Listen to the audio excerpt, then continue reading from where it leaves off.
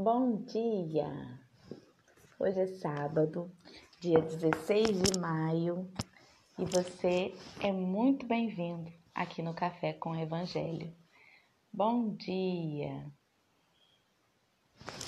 Muito bom dia, pessoal! Um excelente dia para nós todos.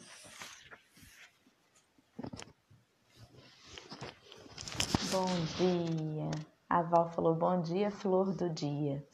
Eu costumo dizer assim, gente, olha, eu já fui uma florzinha do campo, agora eu tô uma tiririca do brejo, porque a misericórdia, né? Vaidade, cuidado, passou longe. Não sei nem quando é que foi que eu fiz a minha unha da última vez. Os primeiros cafés eu tava com a unhazinha animada, né? Tava fazendo a unha em casa. Agora, nem isso. Bom dia, gente. Luiane, Regis, Valéria Andrade, Rejane, muito bom dia.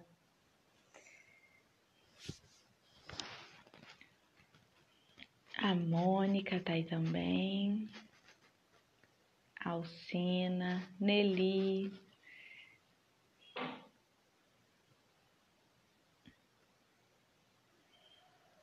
Muito bom dia. Oi, Creuza, Irma. A Mari disse que continua uma flor do dia. São seus olhos, Mari. Seu Jaide, bom dia. A Rejane já está dizendo que a gente já é uma grande família. É uma família espiritual, né? Que a gente se encontra aqui de manhã todo dia. Faça chuva, faça sol. Oi, Euvênia, bom dia.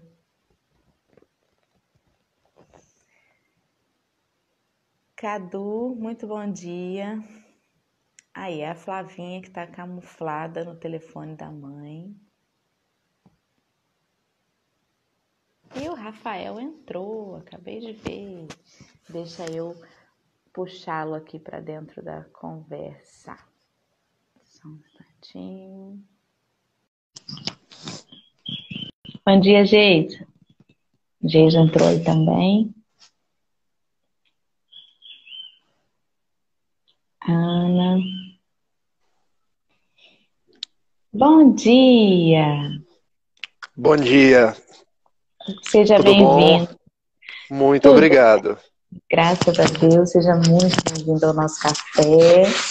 Você que é um amigo muito querido, que já esteve aqui em Rio das Ostras, pertinho da gente.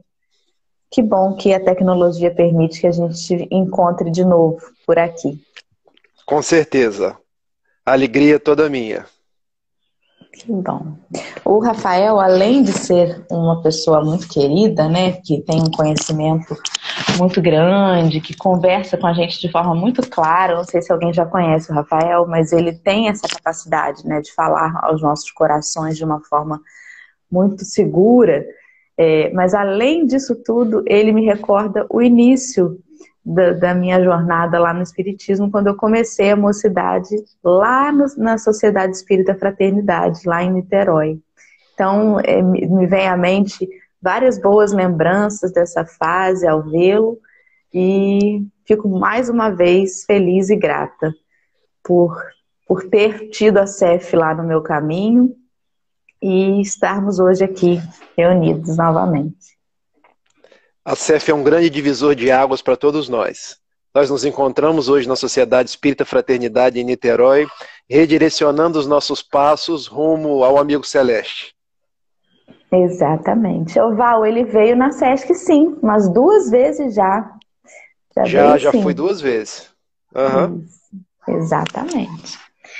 E hoje a gente vai dar seguimento ao capítulo 10. A gente vai ler os itens 16 e 17, que são instruções dos espíritos, que tratam da indulgência. O Rafael escolheu fazer a prece final. Então, eu vou convidar todos agora para a gente se unir, para a gente começar fazendo essa prece aí, para dar seguimento. Tá ok? Então, vamos lá. Agradecendo imensamente todos os dias por mais essa oportunidade, Aqui nos colocamos diante do nosso Pai Criador, que a tudo percebe, em tudo nos encanta e nos convida para a verdadeira vida. Agradecemos pelo nosso companheiro Rafael, que se disponibilizou nessa manhã de estar conosco nessa leitura. E pedimos aos nossos mentores, nossos amigos que estão ao nosso lado, que nos intuam na leitura em tudo aquilo que a gente precisa perceber ainda, tocar no nosso coração, que a nossa energia, mais uma vez nessa manhã, não somente nos beneficie, mas que seja um instrumento facilitador dos trabalhos invisíveis, mas tão importantes, dos nossos amigos das esferas espirituais, a elaborar as benesses para todos os irmãos onde o conhecimento ainda não alcançou e o coração ainda se encontra endurecido. Pedimos licença então para começar essa leitura e esse café nessa manhã e damos graças em nome de Jesus, que assim seja. Que assim seja então. Deixa eu só fazer uma consideração inicial. O som tá bom? Vocês estão me ouvindo? Sim, eu escuto bem. Daqui a pouco o pessoal começa a dar o feedback aí também, se está ouvindo, mas eu escuto bem sim. Ah, tá. Eu quero só dizer que essa hora minha espoletinha, a Clara, de 1 ano e 6 meses, já está acordada. Então, se vocês ouvirem algum outro sinal que não seja minha voz, não se assustem. É apenas uma criança fazendo bagunça já essa hora. É um outro espírito, porém encarnado. Exatamente, exatamente. Maravilha. Que bom, que delícia, né? O som da criança em casa muda tudo realmente. Então, vamos lá. Como eu comecei falando muito, Rafael, eu te dou a palavra para você começar a leitura. E a gente vai fazendo assim, a gente vai lendo e aquela hora que a gente acha que dá para parar um pouquinho, que vem aquela intuição de comentar alguma coisa, a gente para. Bom, a nossa leitura hoje então, meus amigos, é de O Evangelho segundo o Espiritismo, o capítulo 10, Bem-aventurados que são misericordiosos, os itens 16 e 17, que tratam da indulgência. Eu gosto sempre de falar um pouco do capítulo que nós estamos lendo, porque, na verdade, bem-aventurados misericordiosos, essa é uma das bem-aventuranças de Jesus. E o Evangelho é esse sol da imortalidade, conforme nos diz o benfeitor Emmanuel, logo na introdução do seu livro Vinha de Luz, que o Evangelho é o sol da imortalidade que o Espiritismo descortina os nossos olhos para a atualidade do mundo. E quando Jesus nos fala de bem-aventurados que são misericordiosos, a misericórdia, como diz um grande escritor brasileiro, João Guimarães Rosa, misericórdia, colocar o coração na miséria alheia, colocar tudo aquilo que nós temos de bom dentro das dificuldades das outras pessoas. E não poderia deixar de ser diferente com esse sentimento chamado indulgência. Vamos começar então lendo aqui as proposições e a gente vai comentando pouco a pouco. Espíritas, queremos falar-vos hoje da indulgência, sentimento doce e fraternal que todo homem deve alimentar para com seus irmãos, mas do qual bem poucos fazem uso. E eu quero parar, sabe, Dora, logo na primeira frase, porque não tem uma frase do Evangelho segundo o Espiritismo que não traga uma significação profunda para cada um de nós. Se nós pudéssemos parar e refletir sobre cada uma dessas colocações nesses dias, principalmente nos dias da quarentena, com certeza os nossos espíritos estariam preenchidos. Espíritas, na verdade a gente poderia entender cristãos, porque aqui os benfeitores espirituais se dirigem a todos nós.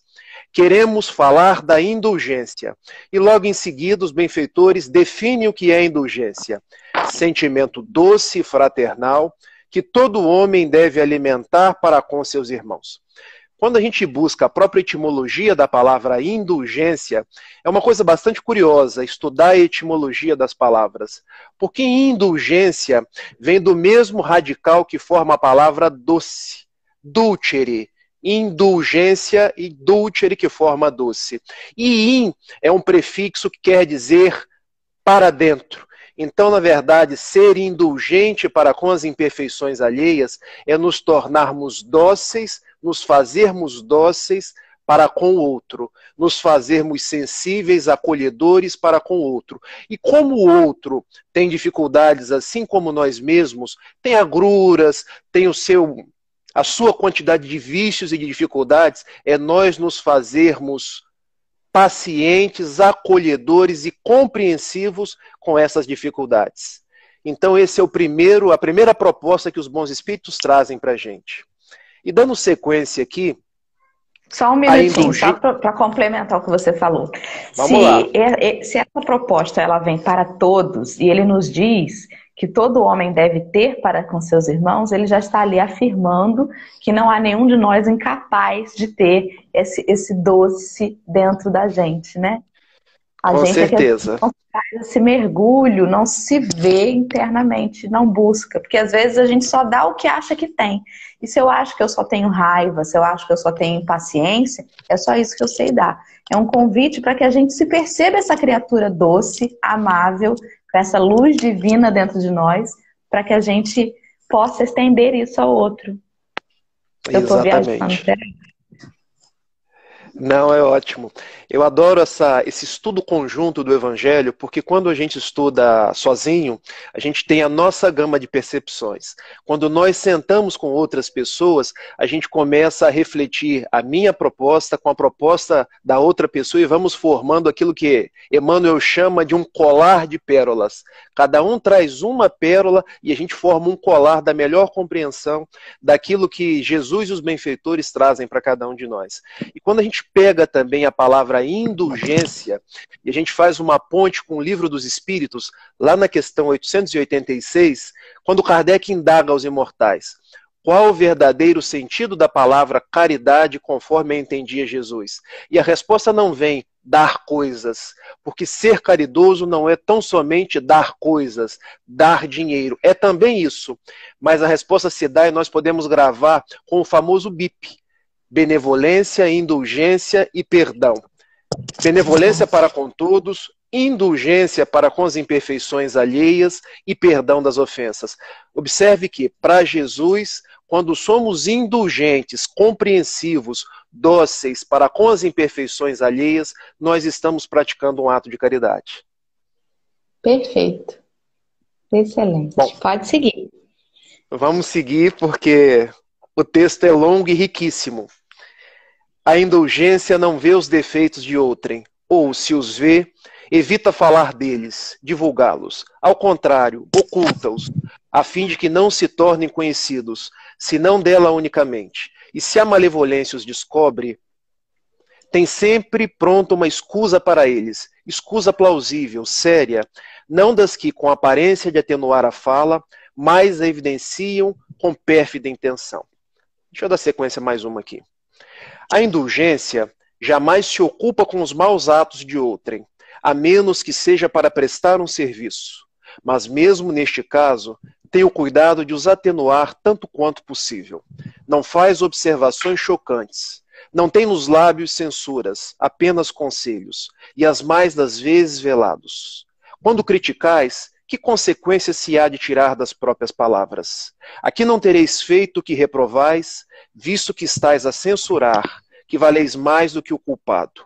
Ó homens, quando será que julgareis os vossos próprios corações, os vossos próprios pensamentos, os vossos próprios atos, sem vos ocupardes com o que fazem vossos irmãos?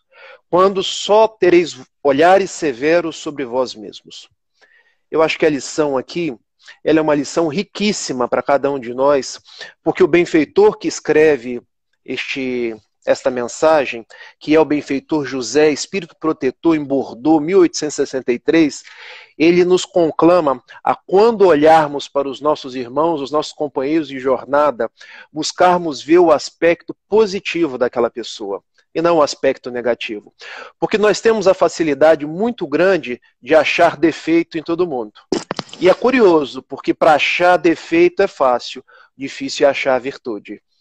Difícil é você conseguir ver a parte positiva da pessoa. E todos nós temos a parte positiva.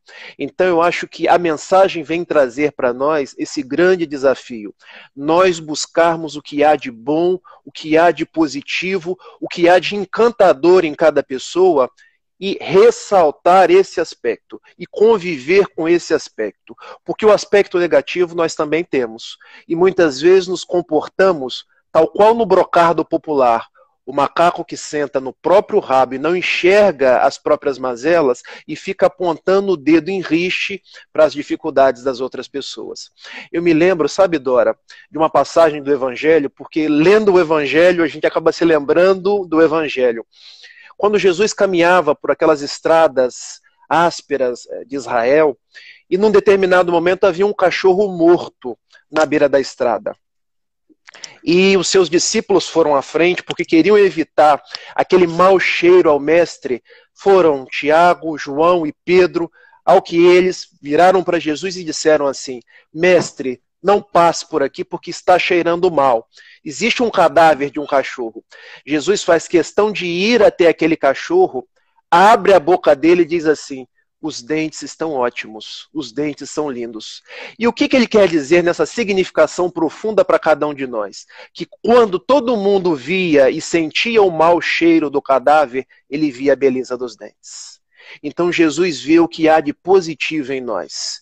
Vê a nossa capacidade de nos transformar a cada dia, vê as nossas capacidades de ser paciente, de ser solidário. Os nossos vícios, ele conhece, mas ele igualmente sabe que um dia nós seremos anjo, um dia nós seremos luz. E o desafio que ele traz para cada um de nós é que da mesma forma que ele nos vê como filhos amados, filhos virtuosos, nós possamos fazer essa curva de ternura, de indulgência com as outras pessoas, vendo o aspecto positivo de cada uma delas, que para julgar a gente costuma ver o argueiro no olho do próximo no Sermão da Montanha e deixa de ver a trave que há no nosso.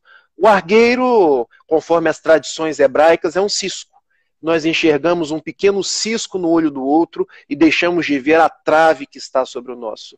Então, o nosso maior desafio é começar a ver a parte positiva de cada pessoa. Porque vendo a parte positiva de cada pessoa, nós conseguimos externar a nossa própria parte positiva e construir bons relacionamentos, construir relações pacíficas, relações fraternas e seguir em frente. Me lembro ainda de uma outra citação, porque a gente vai quase que costurando um tecido. De uma citação a gente busca em outra. De Francisco Cândido Xavier, que foi quem talvez tenha vivido em sua profundidade esse sentimento de indulgência, porque não havia ninguém que chegasse até ele que não era acolhido, que não sentia aquela aura dúlcida da sua pessoa, e ele dizia assim: para com os outros eu tenho o direito, o dever de ser o mais acolhedor possível, respeitando quem ele é. Severidade, cobrança para comigo mesmo, para que eu seja uma pessoa cada vez melhor. Acho que a gente pode seguir, né? Não, deixa eu só fazer um parêntese, por favor. Eu já comentei aqui alguma outra vez, eu não lembro exatamente em que parte do Evangelho a gente estava, mas essa necessidade, né, essa importância da gente ver no outro o que o outro já consegue iluminar, né, e não se deter nas sombras. E, inclusive, falar para o outro, porque muitas vezes a própria pessoa não enxerga em si aquilo que já conseguiu desabrochar, de fazer de bem, né? E como é importante a gente ressaltar no outro as sombras, né? A gente, com muito mais facilidade, tem olhos de criticar e de dizer: você está fazendo isso errado, não é assim. Mas quantas vezes a gente foi e falou assim: nossa, como você faz isso bem? Ou, né, eu até comentei na época sobre quem enche o copinho de água lá e que fica invisível aos olhos de todo mundo, né? Poxa, meu irmão, com que delicadeza você tem enchido esse copinho esse tempo todo. Parabéns. Porque às vezes a gente não faz isso nem com quem está dentro de casa com a gente, né? Alguém que arrumou a cama, alguém que colocou os lençóis no lugar. Poxa, muito obrigada, que bom que você fez isso. Incentivar no outro, porque quando a gente dá valor a essa luz, essa pessoa percebe a importância disso e mais vai querer que aquilo aconteça, né? Mais prazer vai ter em fazer brilhar aquilo que tem de bom, né? E quando a gente faz o contrário, pelo contrário, a gente acaba desanimando o irmão, né? Então, o espírita, eu acredito que algumas vezes tenha muito medo dessa coisa do elogio, né? Ah, não pode elogiar porque o espírita tem um medo do orgulho danado. Não posso ser vaidoso, não posso incitar a vaidade no outro. Mas se o outro vai reagir de forma vaidosa, aí é uma questão do outro. A gente precisa fazer brilhar essa luz, precisa valorizar isso de bom que tem no outro, né? No outro irmão. E muitas vezes a gente deixa de fazer isso, a gente tem medo de elogiar, né? Olha, você vai falando aí, vai me vendo várias coisas na cabeça. Eu tenho para mim que o elogio é um dever nosso para com aquele que age acertadamente numa coisa. Imagine, Dora, você hoje tem 3 filhos e eu tenho a minha filha aqui dentro de casa. Se ela faz alguma coisa direito, ela acerta um dever, ela faz alguma atitude que esteja dentro daquilo que a nossa educação vem proporcionando, nós não vamos elogiar. Nós não vamos direcionar aquele espírito ao bom caminho, aquilo que a gente espera que seja a melhor educação. O elogio é uma forma de incentivo. Muitas vezes nós espíritas temos a falsa convicção de que elogiar vai incitar vaidade. Só existe vaidade se a pessoa já traz aquilo como uma espécie de predisposição na alma. Ao contrário, quando nós elogiamos, nós estamos estimulando a que as pessoas se tornem cada vez melhores, possam assumir novas disponibilidades, novos trabalhos, se tornarem pessoas mais afáveis e, como você bem disse, fazer brilhar a luz que existe dentro delas. Exato. A Yasmin aí comentou que o elogio é um reforço positivo, né? Existe agora uma linha da psicologia que trata disso, de disciplina positiva, né? De você incentivar pelo que a criança já consegue produzir, já consegue fazer. E isso dá um resultado enorme, muito, muito, muito grande, principalmente a longo prazo, né? Porque os estudiosos dizem que aquela pessoa que não recebeu uma disciplina positiva, ela se comporta completamente diferente na fase adulta, né? Ela cobra mais dos outros, inclusive, porque ela aprendeu a ser cobrada. Então, ela também repete esse comportamento com os outros. E a gente tem que lembrar que a gente tem que criar as crianças, e não estou dizendo só dos filhos, não, a gente tem que ter um olhar sobre todas as crianças desta forma, né, de que, além, lógico, da parte intelectual, que é muito importante, incentivar o estudo, mas de como que essas crianças vão aprender a se relacionar, né, e às vezes, numa coisa que a gente nem imagina, a gente pode estar fazendo uma grande diferença para ele ter um olhar sobre o outro ser humano no futuro diferente, né. Com certeza. Yasmin, bom dia, obrigado aí o retorno. Eu estudei Direito na minha mocidade, hoje eu sou jovem um pouco mais de tempo e comecei a realizar um sonho que é fazer a faculdade de Psicologia. Então eu entendo quando você fala em reforço positivo que é um jargão psicológico. Muito obrigado pela sua participação, pela sua consideração. Pode seguir agora, já te interrompi demais, vamos lá. Vamos seguir então. Sede, pois, severos para convosco, indulgentes para com os outros. Eu gosto sempre de dar uma parada, sabe, Dora? Porque quando a gente lê severo, não é aquela coisa da autocobrança excessiva, não é aquela coisa de nos martirizarmos, porque tem pessoas que têm uma tendência, até mesmo dentro dessa linha psicológica, de se cobrar em demasia por aquilo que não consegue fazer.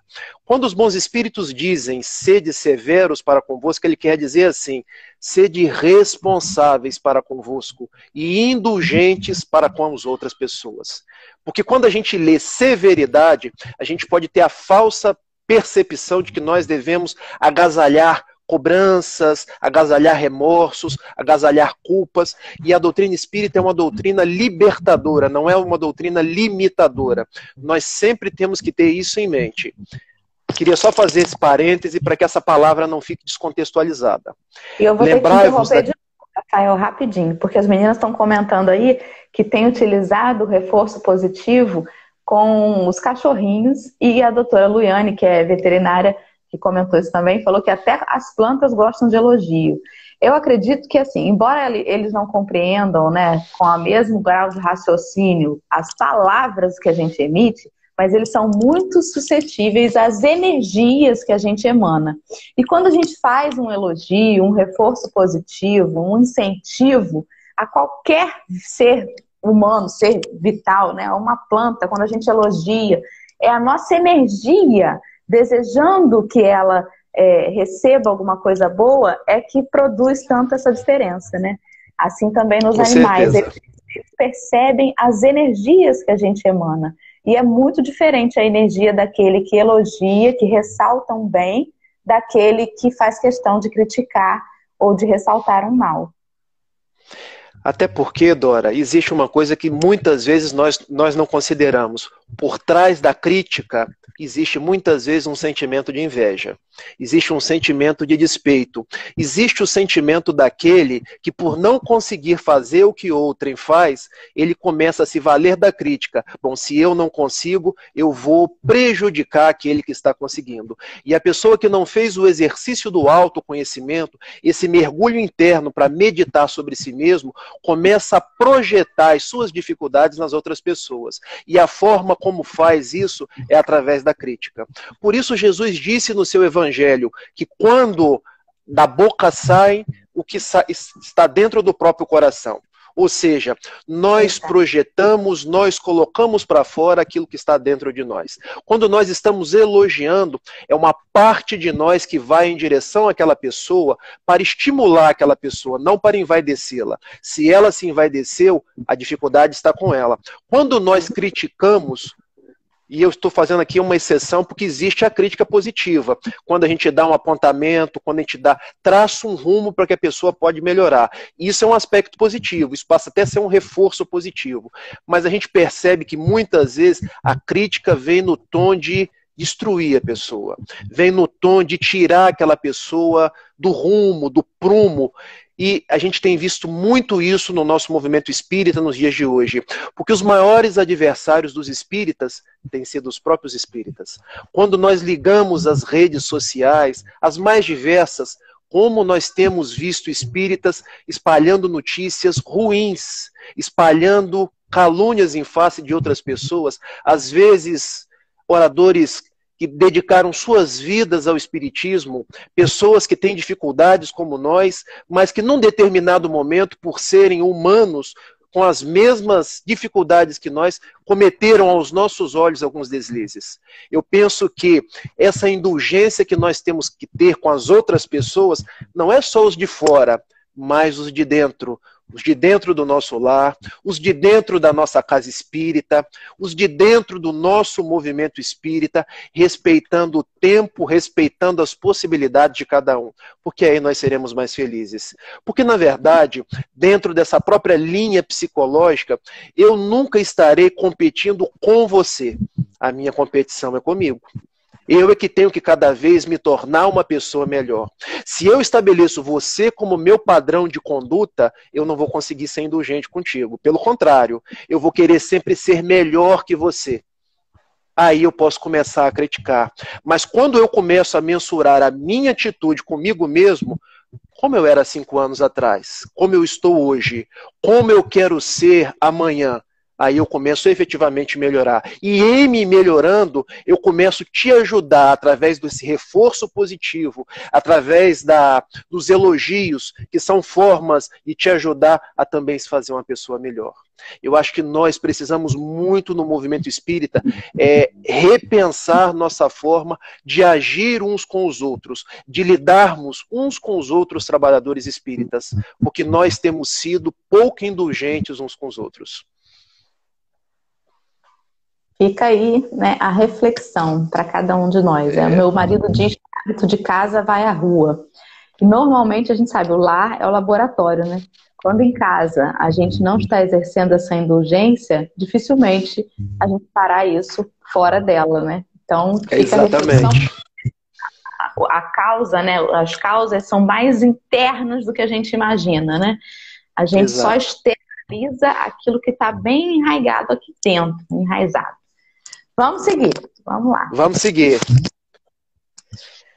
Lembrai-vos daquele que julga em última instância, que vê os pensamentos íntimos de cada coração e que, por conseguinte, desculpa muitas vezes as faltas que censurais. ou condena o que relevais, porque conhece o móvel de todos os atos.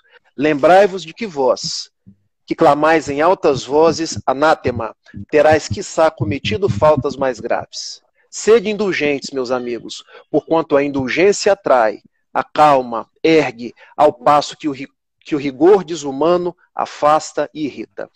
Eu acho que aqui o benfeitor José conclui a sua dissertação de uma forma magistral, deixando para a gente uma regra de conduta, para que nós possamos ser cada vez mais indulgentes uns com os outros, porque essa indulgência, ela atrai, ela acalma, ela faz que nos tornamos mais próximos uns dos outros, faz com que nos tornemos mais caridosos, e ao contrário, o rigor, a crítica, o julgamento acaba afastando, irritando e perturbando as relações. Exatamente. Perfeito. Quer que eu siga a leitura? Você segue? Não, você fica à vontade. Agora você pode, já que eu li a primeira parte, você pode continuar. Então tá. Se precisar parar para fazer algum comentário, é só... Com certeza. Vamos lá. Item 17. O meu evangelho, ele é um pouquinho diferente, provavelmente, da edição ou até da tradução do Evangelho do Rafael. Então, algumas palavrinhas ficam um pouquinho distintas, mas é passivelmente fácil de a gente entender. Qual que é a sua tradução, Dora? É esse aqui, ó. É do Evandro Noleto. Ah, Evandro Noleto. O meu é do Guilom Ribeiro. Mas dá para acompanhar, ninguém vai se perder por isso, não. Vamos lá. Sede indulgentes com as faltas alheias, quaisquer que elas sejam. Não julgueis com severidade, senão as vossas próprias ações, e o Senhor usará de indulgência para convosco, assim como houverdes usado de indulgência para com os outros, né? Como eu costumo dizer aqui, não é que haverá aquele Deus, né, personificado, de barba branca, dizendo assim, olha, eu estou vendo aqui no meu caderninho de anotação que você não foi indulgente, então também não vou ser indulgente com você. Não é exatamente assim. Mas é porque a nossa própria consciência, ela nos faz essa cobrança, né? Quando a gente se comporta de uma forma com o nosso irmão, a nossa própria consciência nos cobra. E aí, quando chegar a nossa vez de dar ali o testemunho, somos nós mesmos que estaremos ali sendo postos à prova e sendo colocados a refletir sobre isso. E mais sofreremos se mais tivermos feito sofrer o nosso irmão. Não é verdade? Com certeza. Então, vou seguir aí. Sustentai os fortes. Animai-os à perseverança. Fortalecei os fracos, mostrando-lhes a bondade de Deus, que leva em conta o menor arrependimento. Mostrai a todos o anjo da penitência, estendendo suas brancas asas sobre as faltas dos humanos e velando-as assim aos olhares daquele que não pode tolerar o que é impuro. Compreendei todos a misericórdia infinita de vosso Pai, e não esqueçais nunca de lhe dizer pelos pensamentos, mas sobretudo pelos atos, perdoai as nossas ofensas, como perdoamos aos que nos têm ofendido. Compreendei bem o valor destas sublimes palavras, não só a letra é admirável, mas também o ensinamento que encerra. Ele chama a atenção da gente para que a gente não esqueça de que é importante a gente pensar assim, mas sobretudo agir assim, né? E que é uma responsabilidade muito grande a gente proferir essa frase. Perdoai as nossas ofensas como perdoamos aos que nos têm ofendido. Porque é um compromisso que a gente assume com a divindade, né? Com o nosso Pai. E que é muito sério, né? Que a gente está assumindo ali e não faz ideia da proporção com que isso pode alcançar. E é importante a gente lembrar que a gente às vezes está condenando num irmão e dizendo assim, eu jamais faria isso. Talvez a gente não faça mais isso. Mas quem sabe o que a gente já não fez antes, né? E que a gente, pelo véu do esquecimento, não se recorda. Eu gosto sempre também, Dora, de pegar assim os ensinamentos que cada uma dessas estrofes traz para a gente. Aqui nós já estamos falando de uma dissertação de João, bispo de Bordeaux, porque ele já traz uma outra faceta da indulgência, que é a faceta do perdão. Porque nessa proposta de sermos dóceis com as outras pessoas, traz inserido a própria proposta do perdão. E nós estamos muitas vezes colocados nos lugares, colocados com as pessoas, para que nós possamos aprender a perdoá-las. É uma tarefa fácil? Não, não é uma tarefa fácil, mas é uma tarefa possível, que nós podemos empreender a cada dia, dentro das nossas possibilidades. Porque vejamos, o outro não tem culpa das coisas que nos acontecem. Na verdade, o outro acaba sendo a mola propulsora com seus atos para a nossa própria libertação.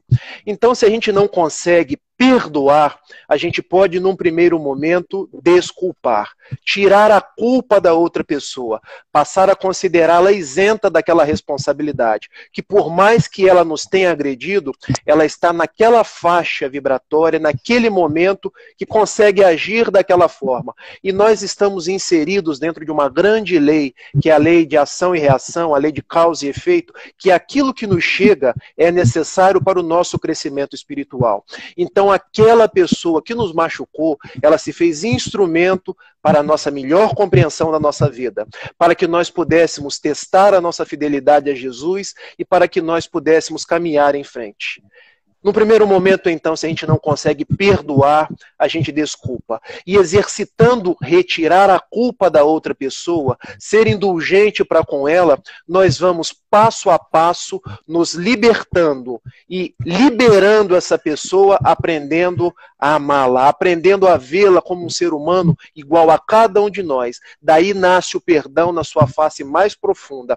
Quando a gente já olha a outra pessoa e não a enxerga como alguém que foi capaz de me agredir, mas enxerga como um irmão de caminhada que se equivocou no momento, assim como eu me equivoco em vários outros.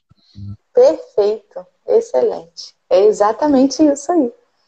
Desse jeito. É como que a gente tem que entender as nossas limitações, né? E que se a gente não consegue fazer tudo de uma vez só, que a gente vá aos poucos, né? Como você falou. A gente vai aos poucos. Toda caminhada de 1000 passos, como dizem as tradições orientais, ela começa no primeiro passo. A grande dificuldade é que eu falo dos nossos arraiais espíritas mais uma vez, que nós, quando nos tornamos espíritas, queremos resolver tudo do dia para a noite.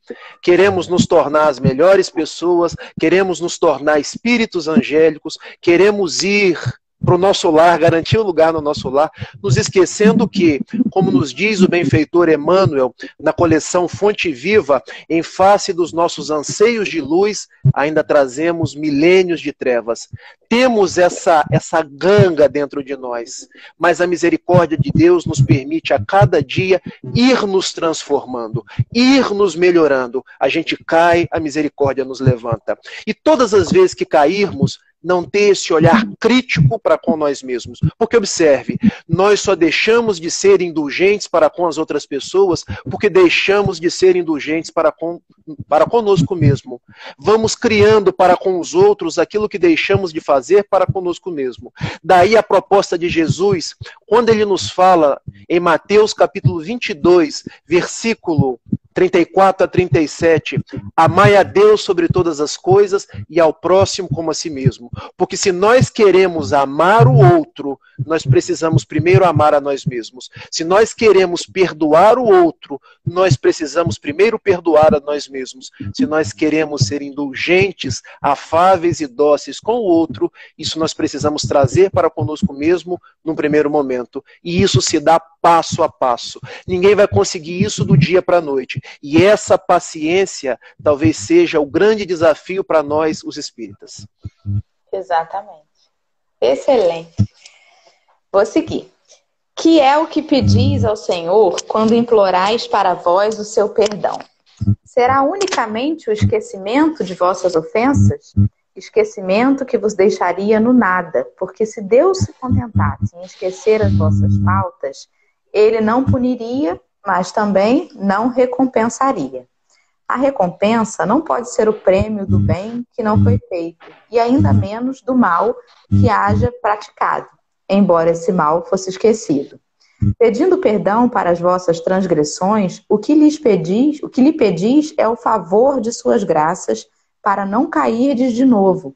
É a força necessária para enveredardes por outros caminhos, os da submissão e do amor, nos quais podereis juntar a reparação ao arrependimento.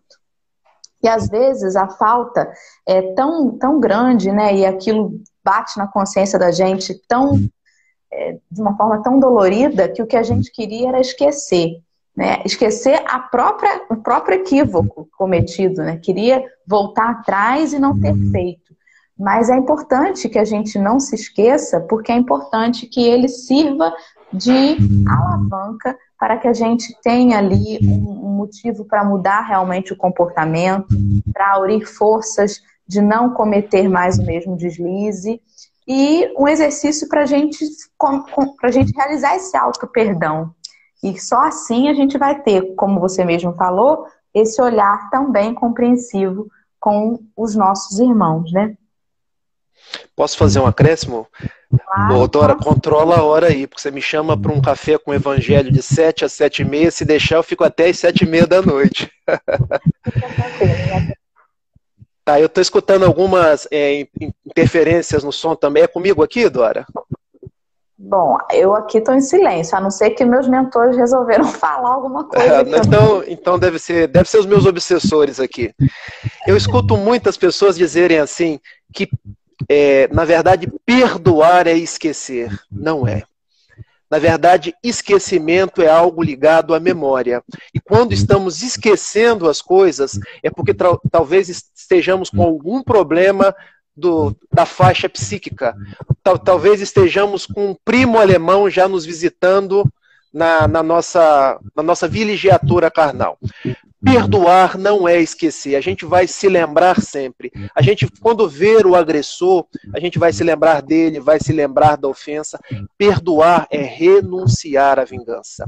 Perdoar é você olhar para aquela pessoa e enxergar nela um filho de Deus, alguém com dificuldades iguais a mim mesmo. Perdoar é entender que ela está num processo evolutivo tal qual a mim mesmo, e que ela também caminha para a perfeição relativa, conforme a questão 115 do Livro dos Espíritos. Então, perdoar é esse exercício de enxergar o outro, de vê-lo como uma pessoa que também vai evoluir e que perpassa dias difíceis. Porque quando olhamos o outro com esse olhar lúcido, esse olhar de irmão, fica bem mais simples perdoar. Mas lembrar, a gente se lembra sempre. Até como uma forma de resgate, uma forma de nos aprimorar e uma forma de deixar de agir daquele jeito. Exatamente. E é assim que ele pergunta assim: o que é que pedis ao Senhor quando implorais para vós o seu perdão? A gente às vezes pede como num desespero para a gente esquecer aquilo que a gente fez, né? E quando na verdade ele vai nos dar ali, naquele pedido de perdão, a força para que ao lembrar daquele equívoco a gente tenha cada vez mais certeza de não tornar a cometê-lo. Legal. Vou seguir. Quando perdoardes aos vossos irmãos, não vos contenteis em estender o véu do esquecimento sobre suas faltas, pois esse véu, muitas vezes, é bem transparente aos vossos olhos. Levai-lhes simultaneamente com o perdão, o amor. Fazei por eles o que pediríeis que o Pai Celestial fizesse por vós. Substituí a cólera que macula pelo amor que purifica. Pregai pelo exemplo essa caridade ativa, infatigável, que Jesus vos ensinou. Pregai-a como ele mesmo o fez durante todo o tempo que viveu na terra, visível aos olhos do corpo e como ainda prega incessantemente, desde que se tornou visível tão somente aos olhos do Espírito. Segui esse modelo divino, caminhai em suas pegadas. Elas vos conduzirão ao refúgio, onde encontrareis o repouso após a luta. Como ele, carregai todos vós as vossas cruzes e subi penosamente, mas com coragem, o vosso calvário, em cujo cimo está a glorificação. Eu me lembrei ao ler sobre isso, e como a gente estava falando antes do auto-perdão, de Paulo, né? Que precisou se deparar com todo o seu passado recente naquela encarnação, daquelas atitudes que ele havia tido na perseguição dos cristãos, e como que deve ter sido dolorido, né? ao se transformar, encarar sem esquecimento daquilo que houvera cometido, que houvera feito. E ele conseguiu, e foi abraçado por Jesus, e foi visto por Jesus como se fosse assim, uma criança fazendo arte, né, naquele momento. Por que me persegues, Paulo, né? E, nossa, e que grande lição, né? Jesus acredita na força que existe em cada um de nós. Então, para ele, aquele equívoco que a gente comete e que parece assim, que a gente, quando se arrepende, pensa, meu Deus do céu, como consegui fazer isso? Jesus nos olha com uma ternura muito grande daquele irmão mais velho que reconhece no irmão mais novo a incapacidade ainda da compreensão naquele momento, né? Como a criança que põe o dedo na tomada e não se dá conta do que tem ali, do porquê está fazendo isso, né? Então, da mesma forma, ele nos convida a ter esse olhar sobre os nossos irmãos. Não na condição de que, assim, como você já é superior a ele, perdoa. Não é essa a condição. Mas na condição de que, como você já cometeu tantos erros quanto ele, perdoa. Porque se você está aqui hoje, se você consegue compreender dessa forma, é porque Cristo te olha com ternura há muito tempo e te perdoou quantas vezes foi preciso para que você hoje conseguisse ter esse olhar sobre todas as coisas. Dora, quando nós pensamos nos exemplos dos cristãos primitivos, muitas coisas vêm ao nosso coração nesse momento. Lembrar Paulo é lembrar quem exemplificou a autotransformação, quem fez uma verdadeira curva das sombras à luz numa única existência. Porque perceba, ele era Saulo. Saulo, quando nós buscamos, a palavra hebraica quer dizer o orgulhoso. E depois se transformou em Paulo, que em latim quer dizer pequeno. Então ele conseguiu sair do orgulho à pulcritude, à beleza, à vivência do evangelho numa única vida. E como ele fez tudo isso? Refletindo sobre os próprios atos, refletindo sobre si mesmo. Ele precisou de 3 anos no deserto. E aqui eu deixo como sugestão de leitura a notável obra Paulo Estevão. E depois ele precisou de outros 3 anos volvendo ao labor primitivo dele, que ele era tecelão.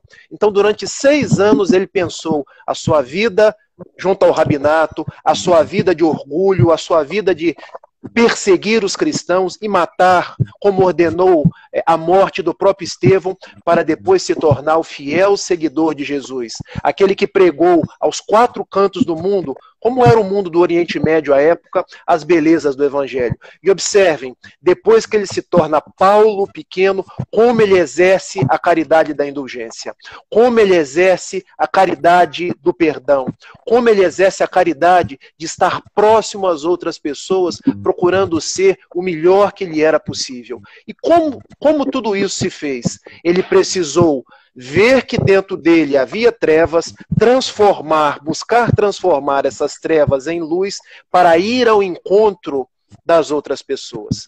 É uma tarefa fácil? Não. É uma tarefa simples? Não. Mas é uma tarefa que está dentro das nossas possibilidades.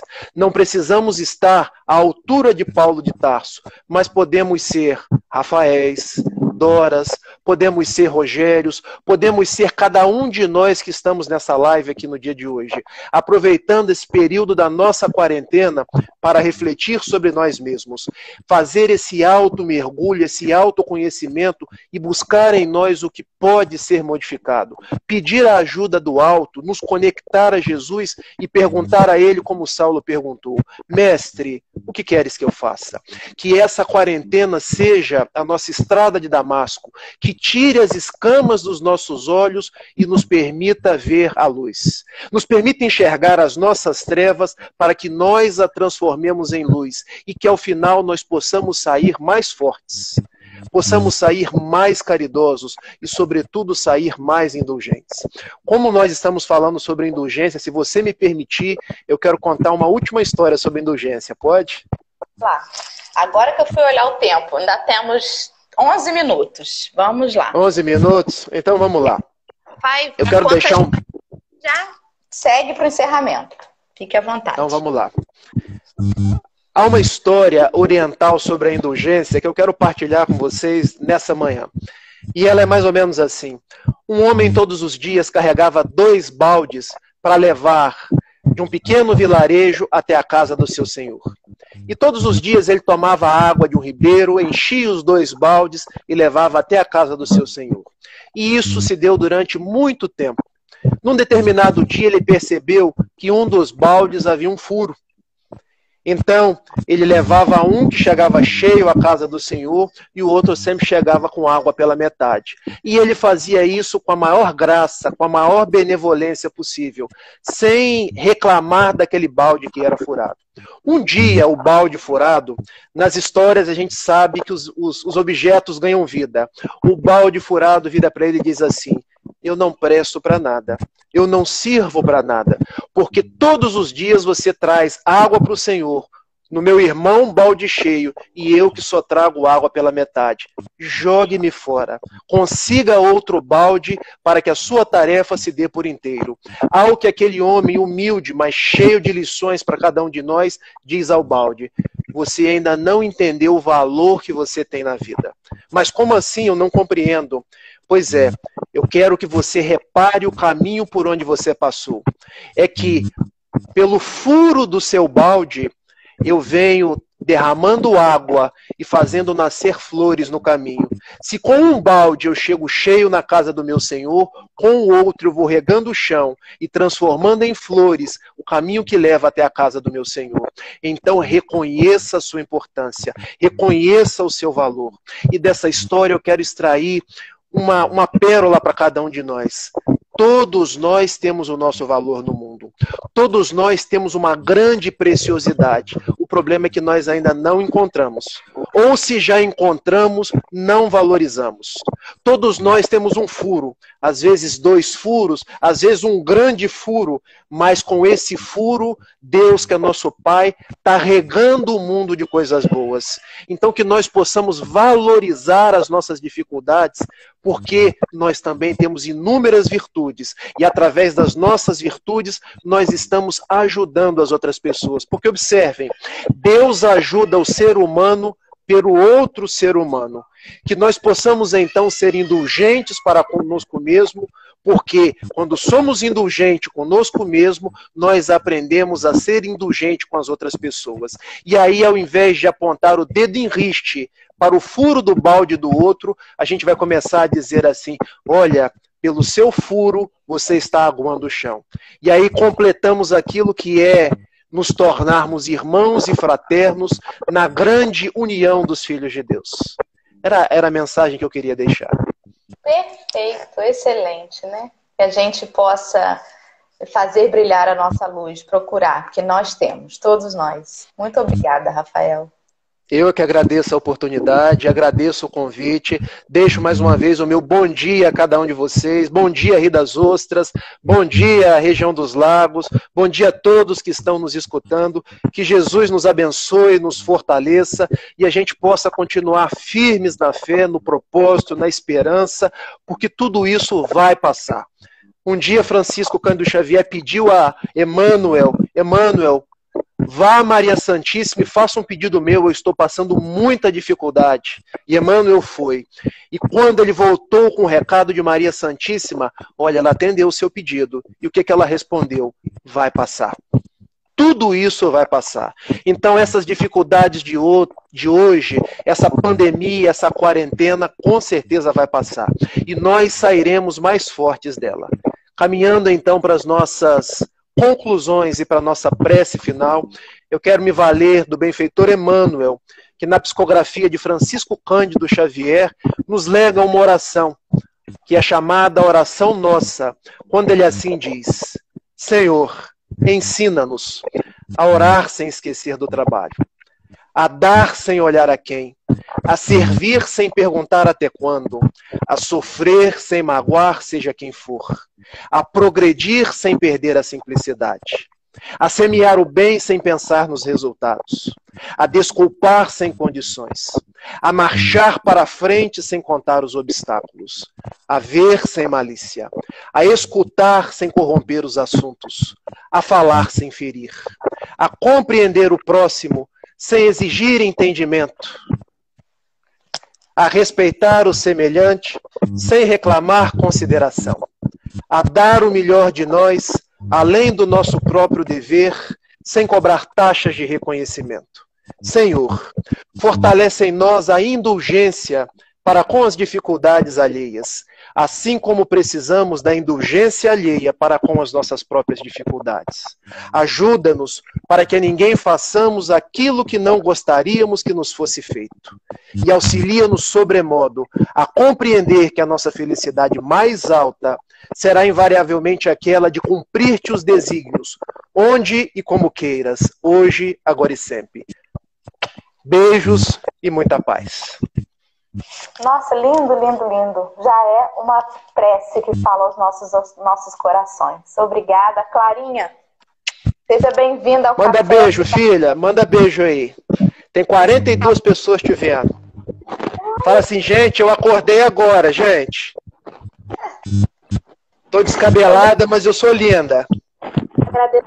Manda beijo, filha. Manda beijo. Ela esteve carinhosamente cuidando da Clarinha enquanto você esteve conosco.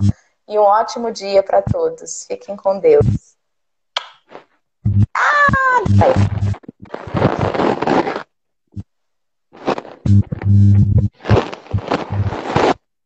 Beijos. Tchau. Beijo.